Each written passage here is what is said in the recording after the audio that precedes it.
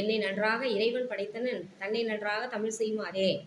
எழுத்தும் தெய்வம் எழுதுகோளும் தெய்வம் என்ற மகாகவி பாரதியாரை வணங்கி அறத்தான் வருவதே இன்பம் என்று ஓங்கி உரைத்த தெய்வப்புலவரை வணங்கி எனது உரையை துவங்குகின்றேன். அனைவருக்கும் வணக்கம். தமிழ் ஓர் உயர்தனி செம்மொழி என்பார் பரிதிமாற் கலைஞர். இம்மொழியின் உயர்தனி செந்நூலாக அமைவது திருக்குறள். உலகம் முழுமைக்கும் ஓர் உயரிய ஒப்புயர்வற்ற நூலாக திகழ்வது திருக்குறள் என்பதாலேயே மகாகவி பாரதியார் வள்ளுவன் தன்னை உலகினுக்கே தந்து வான்புகழ் கொண்ட தமிழ்நாடு என்று பாடியுள்ளார். தமிழ்நாட்டிற்கு பெருமை தேடித்தரும் திருக்குறளை பிறப்புக்கும் எல்லா உயிர்க்கும் என்ற பொதுமை தன்மையை மையமாக கொண்டு திருவள்ளுவர் இயற்றியுள்ளார். உலகில் தோன்றிய அனைத்து மனிதர்களுக்கும் அறம் பொதுவானதாகும். மனிதன் மனிதனாக வாழ வேண்டும் என்ற கருத்தினை வலியுறுத்தும் விதமாகவே திருவள்ளுவர் திருக்குறளை இயற்றியுள்ளார். இவ்வுலகில் வாழும் மனிதர்கள் அனைவரையும் நல்வழிப்படுத்தும் ஓர் முழுமையான வாழ்வியல் நூலாக திருக்குறள் திகழ்கின்றது. இடுக்கண் வருங்கால் நகுக என்ற குறட்பாவின் பொருள் மறந்து இன்றைய இளைய தலைமுறையினர் திணையளவு துன்பங்களை கூட தாங்க முடியாமல் தங்களை அழிக்க வந்த அதிர்வுகளாக பாவித்து மன தைரியத்தை இழந்து தற்கொலையை நோக்கி நகர்கின்றனர். மனிதன் தன் வாழ்வின் மேன்மைக்காக பல வழிகளில் பல வினைகளை புரிகின்றான். செயல்படும் அனைவராலும் தான் கருதிய இலக்கை அடைய முடியாது. தோல்வியை சந்திக்கும் போது ஒரு சிலரை தவிர பலர் தொலைந்து போகின்றனர். வாழ்க்கையில் ஏற்படும் இடையூறுகள் என்பவை நமது உயிராற்றலை வேகமாக வெளிப்படுத்தும் வாழ்க்கை கூறுகள் என்பதை புரிந்து செயல்பட வேண்டும்.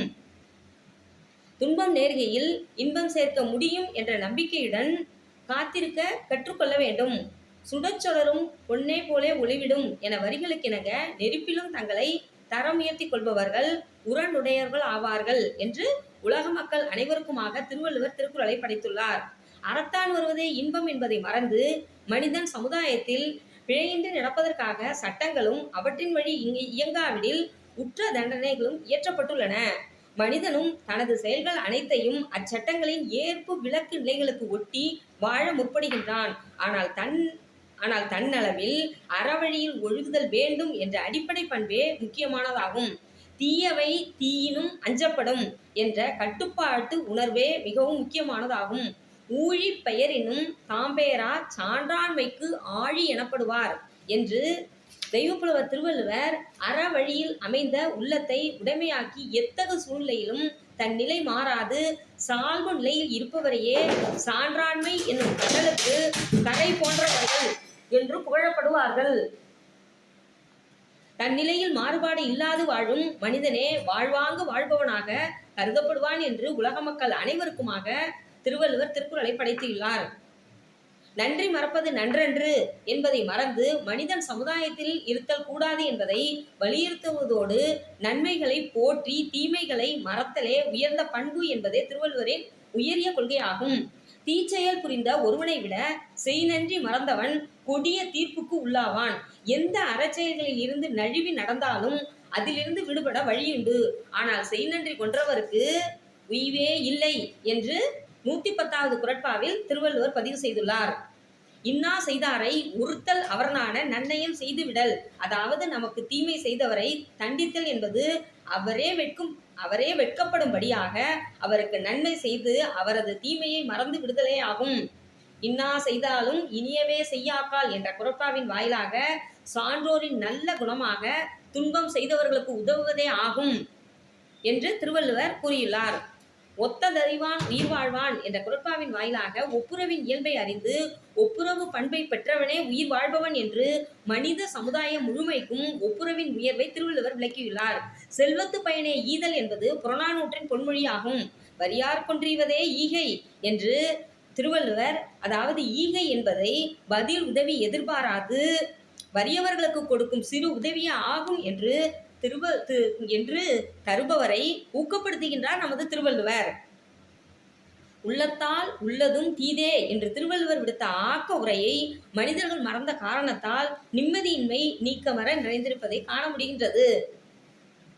பிறருக்கு வரும் துன்பத்தை தானுற்ற துன்பமாக பாவித்து உதவுவதே நமது அறிவின் பயன் என்று குறட்பா 315வது குறட்பாவில் திருவள்ளுவர் கூறியுள்ளார்.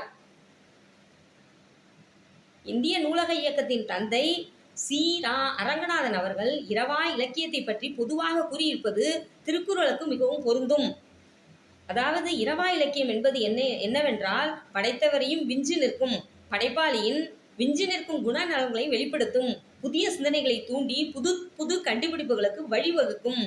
இந்நாட்டிற்கு மட்டுமின்றி அனைத்து நாடுகளுக்கும், அனைத்து மொழிகளுக்கும், அனைத்து காலத்துக்கும், அனைத்து சமயங்களுக்கும், அனைத்து துறைகளுக்கும், அனைத்து சூழ்நிலைக்கும் ஏற்ப பொதுமை கருத்துக்களை வழங்குவதாலேயே உலக பொதுமறை என்ற பட்டத்தை திருக்குறள் பெற்றுள்ளது.